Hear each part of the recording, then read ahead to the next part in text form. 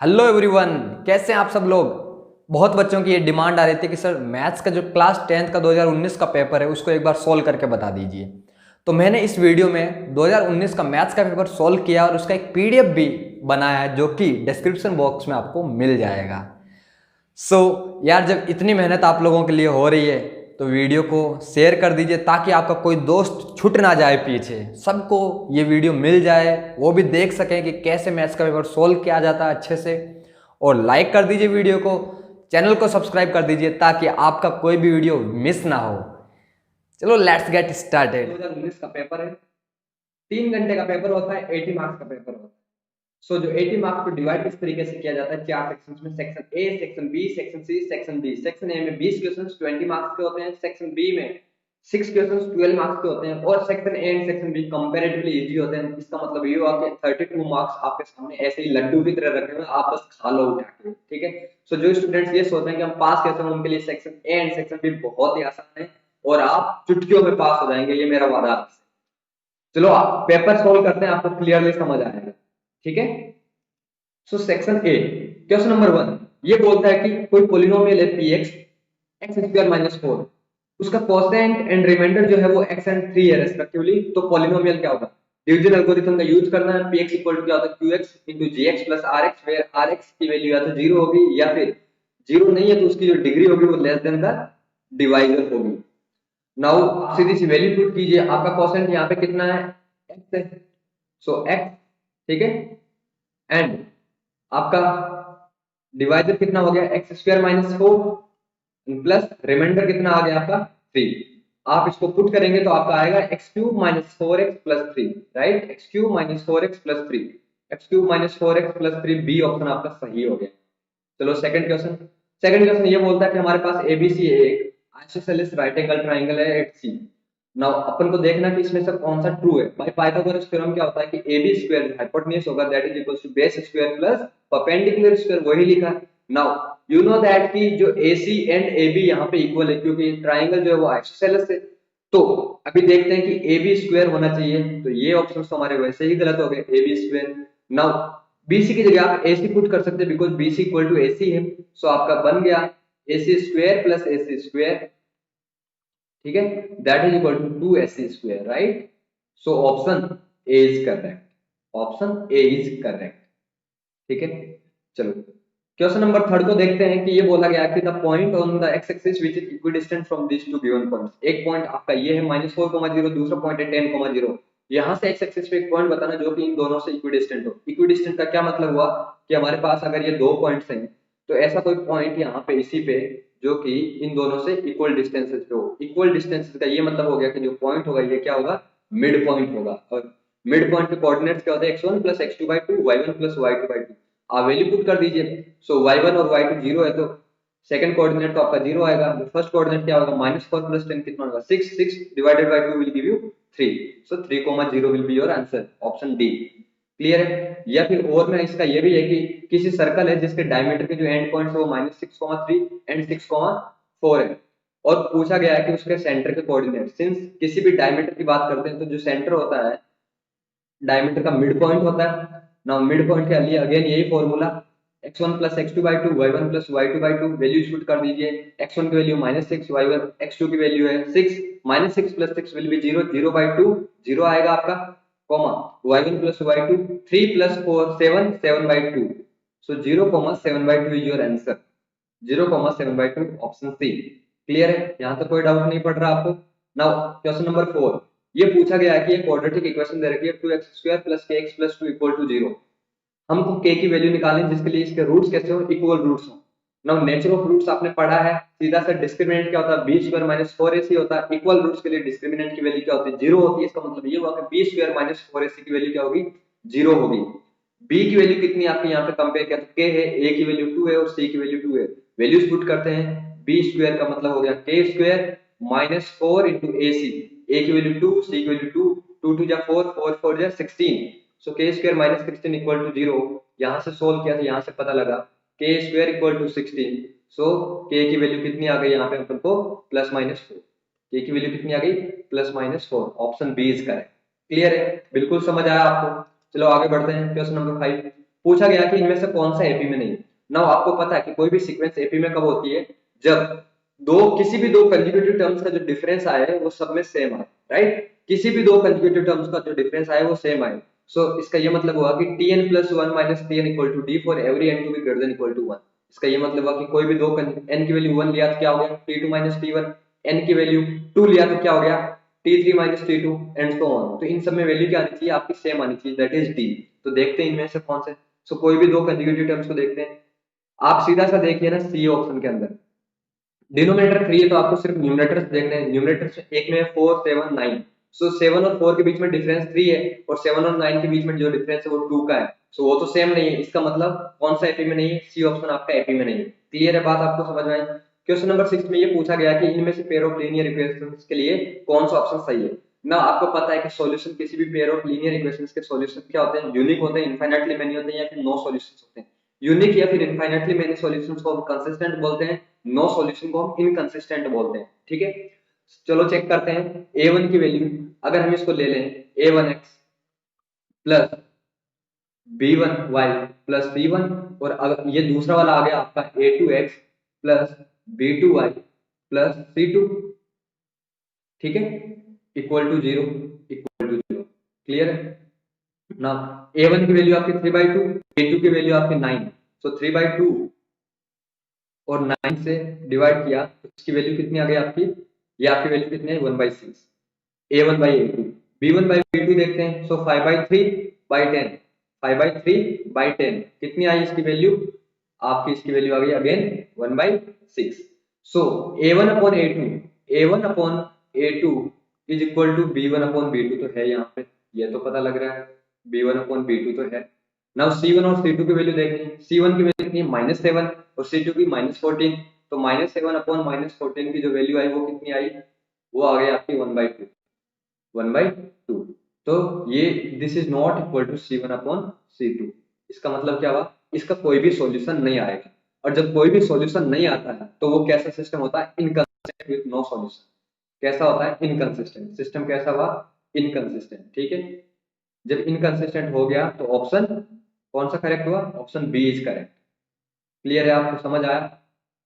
ठीक है, आगे बढ़ते हैं। क्वेश्चन नंबर 7 में ये पूछा गया है कि कोई भी एक सर्कल है जिसका सेंटर को है, उसका पी क्यू एक टेंजेंट है, ठीक है। और वो पॉइंट कहाँ पे मिल रहा है, टेंजेंट मतलब पॉइंट ऑफ कांटेक्ट आपका बी है। अब ये किया गया है कि angle A O B 100 degree है, हमको फाइंड करना है ए बी पी, ठीक है। ए बी पी को फाइंड करना है। तो ए बी पी कितना होगा, आपको पता है कि जो टोटल एंगल होता है वो 90 डिग्री होता है, ये आपने सर्कल चैप्टर में पढ़ा हुआ है। सो ए बी पी आपका कितना होगा 90 माइनस इस वाले को सब्ट्रैक्ट कर दें, 90 माइनस ये वाला कितना होगा ओ बी ए। सो 90 माइनस ओ बी ए। क्लियर है, 90 माइनस ओ बी ए। नाउ अपन को पहले तो OBA फाइंड करना होगा। सिंस OBP अपना 90 डिग्री है और ट्राइंगल OAB अपना कैसा है, एक ट्राइंगल क्या होगा, ये आइसोसेलेस ट्राइंगल है। क्यों, क्योंकि AO किसके इक्वल है, OB के इक्वल है, radius of the same circle. So isosceles triangle है तो इसका मतलब ये एंगल और ये एंगल इक्वल होंगे। जब ये दोनों एंगल इक्वल होंगे तो यहाँ से पता लगा कि angle A this is equals to angle OBA। इसका ये मतलब हुआ कि जो एंगल OBA की वैल्यू कितनी हो गई, एंगल OBA की वैल्यू कितनी हो जाएगी, सिंस इन दोनों का सम कितना होगा 90 डिग्री होगा, टोटल 180 डिग्री होता है। 100 डिग्री घटा दिया तो angle A plus angle OBA का सम जो होगा वो 80 डिग्री होगा। और OBA एंगल ए के इक्वल है तो OBA की वैल्यू कितनी आएगी 80/2, कितना आ गया 40 डिग्री, कितना आ गया 40 डिग्री। सो 90 में से 40 डिग्री आप सब्ट्रैक्ट कर देंगे, आपका आंसर कितना आएगा 50 degree. So option A is correct. ठीक है, चलो आगे बढ़ते हैं। नाउ अपना क्वेश्चन 8 नंबर जो क्वेश्चन है ये पूछा गया है कि किसी भी स्फीयर की जो रेडियस है वो फाइंड करनी है जहां पे उसका वॉल्यूम 12 पाई दे रखा है सेंटीमीटर क्यूब। ना वॉल्यूम ऑफ स्फीयर कितना होगा 4/3 पाई आर क्यूब। इसका ये मतलब हुआ कि जो 12 पाई है वो किसके इक्वल होगा 4/3 पाई आर क्यूब के इक्वल हुआ। सो यहाँ से ये 4 से 3 टाइम कैंसिल हो गया। सो 9 पाई की जो वैल्यू हो गई वो किसके इक्वल हो गई, पाई आर क्यूब के इक्वल हो गई। पाई से पाई कैंसिल हो गया। सो आर क्यूब की जो वैल्यू हुई वो किसके इक्वल हुई 9 के इक्वल हुई।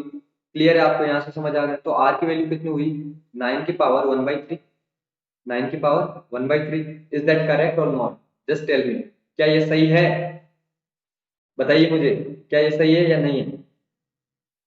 सही है। इसको अब ऐसा कुछ तो ऑप्शन दिख नहीं रहा तो कैसे करेंगे इसको, 9 की पावर 1/3 है, इसका क्या मतलब हुआ 9 आपका कितना होता है, 3 स्क्वायर होता है, तो 9 की जगह 3 स्क्वायर की पावर 1/3 हो गया, 3 स्क्वायर की पावर 1/3 हो गया, और ये किसके इक्वल हो गया, 3 की पावर 2/3, 3 की power 2/3, option C is correct.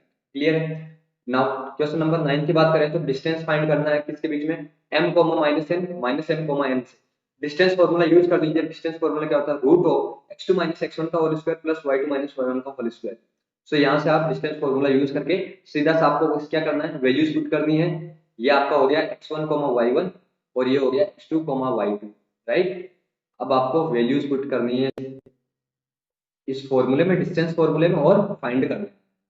मैं आपको इसकी पीडीएफ बिल्कुल डिटेल्ड सॉल्यूशन भी आपको लिंक में डाल दूंगा, आपको वहां से देख लेना। सबके डिटेल में मैंने स्टेप बाय स्टेप सारे सॉल्यूशंस लिखे हैं, वो आप देख लेना पीडीएफ, ठीक है। लिंक में आपको डिस्क्रिप्शन में लिंक मिल जाएगा उसका। सो 10th क्वेश्चन की अगर हम बात करें कि एक फिगर दे रखा है जिसमें एक्सटर्नल पॉइंट पी से दो टेंजेंट्स ड्रॉ किए गए, जो कि कहां पे मिलते हैं, point Q and point R पे, इस सर्कल पे जिसका सेंटर ओ है। रेडियस उसकी 4 सेंटीमीटर है और एंगल क्यू पी आर कितना है, 90 डिग्री। तो लेंथ ऑफ पी क्यू, इस ये जो लेंथ है ये फाइंड करनी है। तो कैसे फाइंड करेंगे, सिंपल सी बात है कि जब ये 90 डिग्री, तो आपको पता है ना कि जो ओपी होता है वो क्या होता है, एंगल बाइसेक्टर होता है एंगल क्यू पी आर का, ठीक है। तो एंगल क्यू पी आर का पीओ एंगल ओपी या पीओ उसका एंगल बाइसेक्टर हो गया। एंगल बाइसेक्टर का क्या मतलब हो गया कि क्यू पी ओ कितना हुआ, 45 degree. Similarly O P R भी 45 डिग्री हुआ। अब हम ट्राइंगल को लेते हैं ओ पी क्यू को। Now triangle O Q P से क्या हो गया कि ये बना हुआ अपना, ठीक है। ये 4 सेंटीमीटर है, ये ओ है, ये पॉइंट पी है और ये पॉइंट क्यू है। ये फाइंड करना है। सो अब इसको आसानी से फाइंड करने के लिए क्या तरीका है, सिंस ये जो एंगल है वो कितना है, 90 डिग्री है, ये एंगल कितना है, 45 डिग्री अभी देखा हमने, और ये एंगल भी कितना हो जाएगा, 45 डिग्री हो जाएगा। जब ये दोनों angle, angle Q O P and angle P Q P O दोनों सेम है, तो इक्वल एंगल्स के अपोजिट साइड्स भी इक्वल होती है। तो ओ क्यू जो होगा साइड किसकी इक्वल होगा, पी क्यू की इक्वल। ओ क्यू की वैल्यू कितनी है, 4 सेंटीमीटर, तो पी क्यू की वैल्यू भी कितनी हो जाएगी, 4 सेंटीमीटर। तो answer is 4 centimetre, option B is correct. Clear है आपको, कोई डाउट नहीं यहाँ तक। आगे बढ़ते हैं। क्वेश्चन नंबर 11 में ये बोला गया कि find what is the fill in the blanks है। क्वेश्चन नंबर 11 में ये फिल इन द ब्लैंक्स में क्या करना है कि the probability of an event that is sure to happen. अब आपको पता है दो इवेंट्स तो आपने सिमिलरली पढ़े होंगे, एक होता है कि श्योर इवेंट और एक होता है इम्पॉसिबल इवेंट। इम्पॉसिबल इवेंट की जो आपकी प्रोबेबिलिटी होती है वो 0 होती है, श्योर इवेंट की आपकी प्रोबेबिलिटी हमेशा 1 होती है। सो ऑप्शन यहाँ पे फिल इन द ब्लैंक में आपको क्या डालना है, 1 डालना है, ठीक है ना। इसकी सिंपलेस्ट फॉर्म बतानी है 1 + 10 square upon 1 + coat square. Simple, आपने बुक में पढ़ी हुई आइडेंटिटी, 1 + 10 स्क्वायर है क्या होता है, सेक स्क्वायर होता है। 1 + कोट स्क्वायर है आपका कोसेक स्क्वायर होता है। वैल्यूज पुट कर दीजिए यहाँ पे। सो क्या हो गया, सेक स्क्वायर ए अपॉन कोसेक स्क्वायर है, ठीक है। क्लियर है ना। सेक ए किसके इक्वल होता है, कोसेक ए। सेक ए किसके इक्वल होता है, 1 अपॉन कोसेक ए, और कोसेक ए किसके इक्वल होता है, 1 अपॉन साइन ए के। सो 1 अपॉन कोसेक ए को तो ऊपर तो साइन ए आ गया और नीचे क्या आ गया आपका, कोस ए आ गया, ठीक है। दोनों में स्क्वायर है यहाँ पे ना। साइन स्क्वायर ए, आपको पता है ना साइन ए अपॉन कोस ए क्या होता है, कोट है। तो क्या आएगा, कोट स्क्वायर है। तो आंसर क्या आएगा इसका, कोट स्क्वायर ए, ठीक है। ये भी हो गया, ये भी हो गया। क्वेश्चन नंबर 13 की बात करें तो एक रेक्टेंगल है ओबीसी। ए ओ बी सी जो रेक्टेंगल जिसकी 3 वर्टिसेस दे रखी, ए की वर्टेक्स है 0,-3, ओ की 0,0 जो ओरिजिन का काम कर रहा है, और बी की 4,0 है। आपको लेंथ निकालनी है डायगोनल की, ये डायगोनल की लेंथ। ना डायगोनल की लेंथ का क्या मतलब हुआ कि ये जो डायगोनल है ए और बी पॉइंट को कनेक्ट कर रहा है, और ए के कोऑर्डिनेट आपको पता है, बी के कोऑर्डिनेट पता है आपको, तो सिंपली आप कैसे कर लेंगे, सीधी सी बात है, डिस्टेंस फॉर्मूला यूज करो। यहाँ पे क्या फॉर्मूला यूज करना है, डिस्टेंस फॉर्मूला यूज करो और आंसर आ जाएगा। क्लियर है, कोई डाउट नहीं है यहाँ तक आपको, ठीक है। ये भी हो गया अपना सीधा डिस्टेंस फॉर्मूला ना। क्वेश्चन नंबर 14 की अगर हम बात करें तो ये पूछा कि in the formula x bar equal to a plus whole of summation fi ui upon summation fi multiplied by h where ui is equal to। now ये आपको पता है, आप जब स्टैटिस्टिक्स चैप्टर पढ़ा उसके अंदर आपका स्टेप डेविएशन मेथड जो होता है जिससे मीन निकालते हैं वही आपका ये है। स्टेप डेविएशन मेथड के अंदर जो ui होता है आपका क्या होता है, xi minus a upon h where a is the assumed mean। so ui की वैल्यू क्या होगी, xi minus a upon h, h क्या हो गया आपका क्लास विड्थ, ठीक है ना। क्वेश्चन नंबर 15 क्या है कि all the concentric circles are dash to each other. ना कॉन्सेंट्रिक सर्कल्स मैंने दो ड्रॉ किए हैं, तो आप देखिए कॉन्सेंट्रिक सर्कल्स होते क्या है, circles with the same centre. तो सर्कल अंदर वाला C1 है, बाहर वाला C2 है, दोनों का सेंटर क्या है, पॉइंट O है ना। उनके रेडियस में चेंज होगा लेकिन सेंटर सेम है। अब एक चीज बताइए, इन दोनों में आपको देखने पे ये तो लग रहा है ना कि दोनों की शेप तो सेम है, दोनों सर्कल्स है, लेकिन उनका साइज अलग अलग है क्योंकि उनका रेडियस चेंज हो रहा है, तो साइज अलग अलग है। Same shape and different size क्या होता है, सिमिलर फिगर्स होते हैं। तो ये दोनों ट्राइंगल्स क्या होंगे, एक दूसरे से सिमिलर होंगे। क्या होंगे, सिमिलर होंगे। ठीक है ना। क्वेश्चन नंबर 16, क्वेश्चन नंबर 16 क्या, find the sum of first 100 natural numbers. बहुत ही आसान क्वेश्चन है। फर्स्ट 100 का मतलब क्या, 1 + 2 + 3 प्लस ऐसे। अब आपका ए क्या हो गया यहाँ पे, ए आपका क्या हुआ, ए हुआ 1, डी की वैल्यू कितनी हो गई आपकी, 1 हो गई। नाउ सीधी सी बात है, नंबर ऑफ टर्म्स भी कितने हैं, एन की वैल्यू कितनी है, 100 है।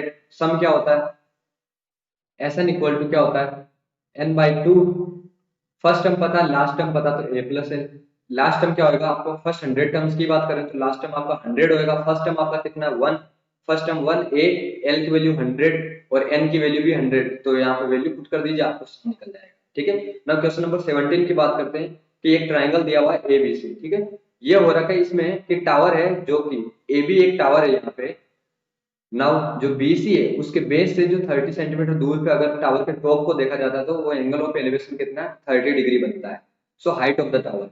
नाउ इस ट्राइंगल की अगर हम बात करें तो हाइट ऑफ द टावर क्या होगा, टेन थीटा क्या होता है, परपेंडिकुलर अपॉन बेस होएगा यहाँ पे, क्योंकि हाइपोटेन्यूज अपन को बेस कितना है 30 मीटर दिया हुआ है और परपेंडिकुलर h निकालना है, तो इसीलिए हमने परपेंडिकुलर अपॉन बेस यूज किया है। नाउ परपेंडिकुलर कितना h सपोज कर लिया हाइट, तो h अपॉन बेस की वैल्यू कितनी आ गई, 30 upon 30, this is equal to tan theta की वैल्यू कितनी है, 30 डिग्री। तो h इक्वल टू क्या हुआ, 30 इंटू टेन 30 डिग्री, और 30/10 30 डिग्री की वैल्यू क्या होती है, 1/√3। तो this is equal to, rationalise कर लिया तो 30 इंटू 10√3 अपॉन √3 इंटू √3 की वैल्यू कितनी हो गई, 3। ये कैंसिल आउट हो गया और यहाँ से क्या मिल गया आपको, 10√3। 10√3 ये इसका आंसर हो गया ना। क्वेश्चन नंबर 18 की बात करें, पूछा गया है कि दो नंबर्स हैं, ठीक है, जिनका एलसीएम आपको पता है कि 182 एंड एचसीएफ आपका 13 है। एक नंबर 26 है तो दूसरा नंबर बहुत ही आसान, क्या होता है, LCM into HCF equal to A into B होता है ना। एलसीएम की वैल्यू कितनी आ गई आपकी, 182 इंटू एचसीएफ की value 13, this is equal to एक नंबर 26 और दूसरा नंबर फाइंड करना है, तो बी की वैल्यू क्या है यहाँ पे, 182 को 13 से मल्टीप्लाई करके 26 से डिवाइड कर दो, सिंपल सा ना। क्वेश्चन नंबर 19 की अगर हम बात करें कि ये पूछा गया कि फॉर्म ए क्वाड्रेटिक पॉलिनोमियल जिसके सम एंड प्रोडक्ट ऑफ जीरोस दे रखे हैं ना। सम ऑफ जीरोस क्या होते हैं आपको पता है, अल्फा प्लस बीटा होता है, एंड प्रोडक्ट ऑफ जीरोस क्या होंगे, अल्फा बीटा होंगे। ठीक है ना। जब sum of zeros and product of zeros होता है आपका पॉलिनोमियल क्या होता है, x² minus sum of zeros multiplied by x plus product of zeros, यही होता है।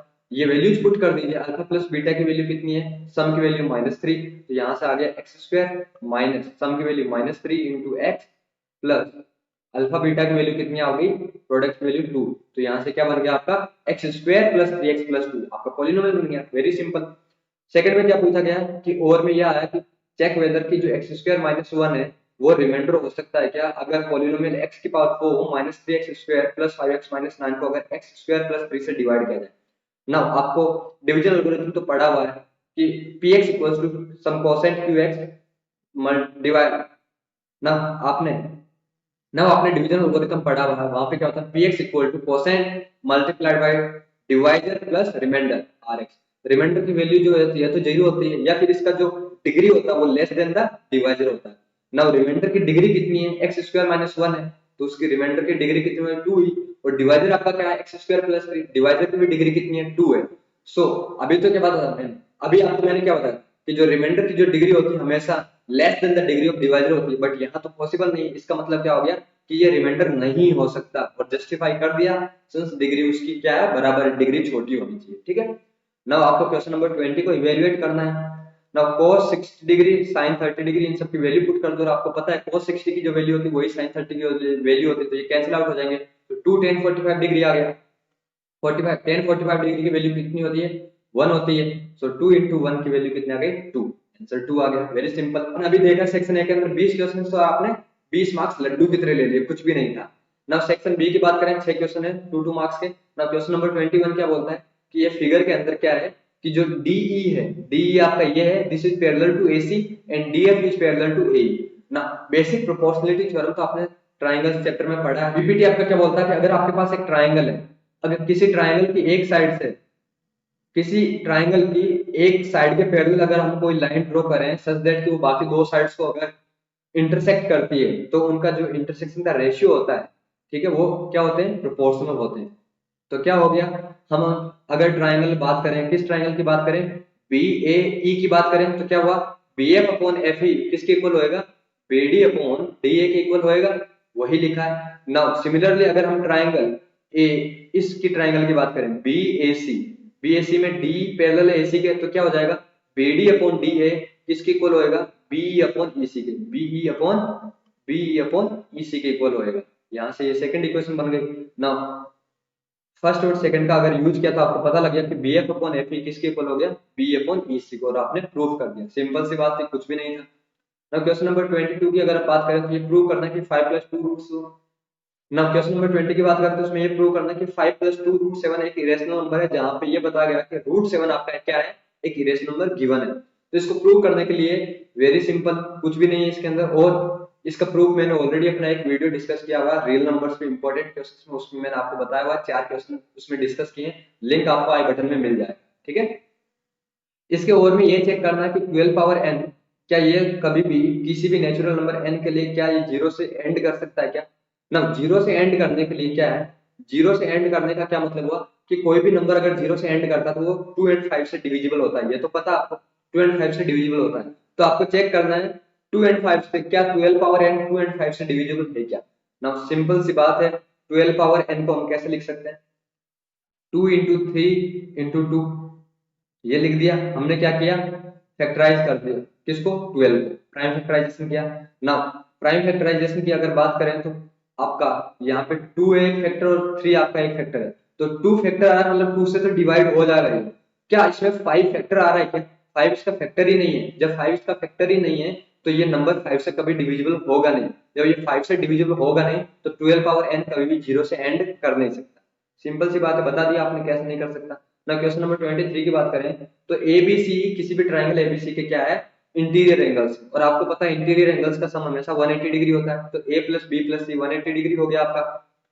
अच्छा, जब ए प्लस बी प्लस सी, या सो आपका क्या हुआ, ए प्लस बी प्लस सी आपका क्या हुआ, 180 डिग्री हो गया। नाउ आपको प्रूफ क्या करना है कि cos b plus C by two equals to sine A by two. Now b plus C की वैल्यू यहाँ से निकाल सकते हैं आप, क्या निकलेगी, b प्लस सी की वैल्यू कितनी आएगी आपकी 180 minus A, and b plus C by two की वैल्यू कितनी आएगी, दोनों साइड 2 से डिवाइड कर दीजिए। सो कितनी आ गई इसकी वैल्यू, ये आ गई, this is equal to 90 minus A by two. दोनों साइड cos अप्लाई कर दीजिए, तो इधर भी cos अप्लाई किया आपने किस पे, b plus C by two पे, और सिमिलरली यहाँ भी cos अप्लाई किया इस पे आपने। सो cos ऑफ 90 माइनस थीटा क्या होता है, साइन थीटा होता है, तो इसकी वैल्यू क्या हो गई, sine theta. Sine theta, theta क्या है, a बाई टू, तो साइन a बाई टू हमने प्रूव कर दिया। सिंपल सी बात थी, प्रूफ हो भी गया। ना आगे बढ़ते हैं, क्वेश्चन नंबर 24 की बात करें तो ये प्रूव करना है कि आपको A B plus D D किसके इक्वल है, A D plus B C के। ये क्वेश्चन नंबर जो है 24 अपने जो सर्कल चैप्टर है उसके एक्सरसाइज से ये क्वेश्चन आया हुआ है, एक्सरसाइज का क्वेश्चन है। आपने अगर प्रैक्टिस किया हो तो आप कर लेंगे।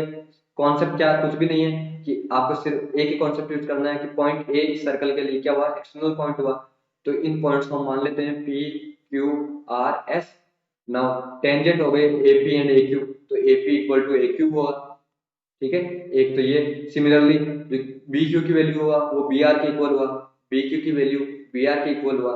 इस तरीके से आपको ये सॉल्व करना है, सबको ऐड करना है, ठीक है ना। और के अंदर आए हैं तो उसमें दिया हुआ है कि आपके पास ट्राइंगल है एबीसी, और एपी की वैल्यू जो है उसमें 12 सेंटीमीटर है, उसका पेरीमीटर निकालना है एबीसी का। तो पेरीमीटर क्या होगा, sum of all the three sides, तीन साइड्स क्या है, A B B C and A C, A B B C and A C का सम हो गया, ठीक है। अब देखो एपी की वैल्यू कितनी हुई, एपी की वैल्यू आपके कितनी हुई, बीपी प्लस एबी, एपी की वैल्यू बीपी प्लस एबी, और बीपी जो होएगा, बीपी किसके इक्वल होएगा, बीडी के इक्वल होएगा। क्यों, क्योंकि इस सर्कल के लिए बी आपका एक्सटर्नल पॉइंट हो गया, और बीपी एंड बीडी टेंजेंट्स का काम करेंगे, और दो टेंजेंट्स क्या होते हैं, एक्सटर्नल पॉइंट्स हमेशा इक्वल इन लेंथ होते हैं। तो बीपी की जगह आप क्या लिख सकते हैं, बीडी, तो आपका आ गया BD plus AB. Similarly AQ क्या होएगा आपका, AC plus CQ, AC plus CQ, और सीक्यू की वैल्यू किसके इक्वल होएगी, इसकी वैल्यू सीडी की इक्वल होएगी, सीडी की इक्वल होएगी।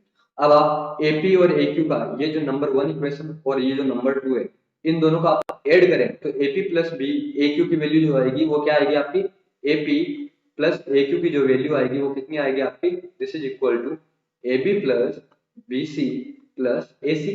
ना यही तो आपका वो है पेरीमीटर है ट्राइंगल का। सो AP कितना दिया हुआ आपका, AP आपका 12 सेंटीमीटर है ना, ए एक्सटर्नल पॉइंट है तो AP की वैल्यू AQ के इक्वल होगी, तो 12 प्लस 12 कितना हो गया, 24 सेंटीमीटर। ठीक है, प्रूव्ड हो गया आपका ये। ना क्वेश्चन नंबर 25 की अगर हम बात करें तो ये पूछा गया है कि इसमें मोड निकालना है। मोड निकालने के लिए सबसे पहले तो आपको मॉडल क्लास पता होनी चाहिए। मॉडल क्लास कौन सी होती है, जिसकी फ्रीक्वेंसी सबसे ज्यादा होती है। तो फ्रीक्वेंसी की अगर हम बात करें तो 12 जो फ्रीक्वेंसी वो सबसे ज्यादा है, वो इसके कॉरस्पॉन्डिंग जो क्लास इंटरवल हुआ वो कौन सा हुआ, 30 से 40 वाला ये क्लास इंटरवल हो गया।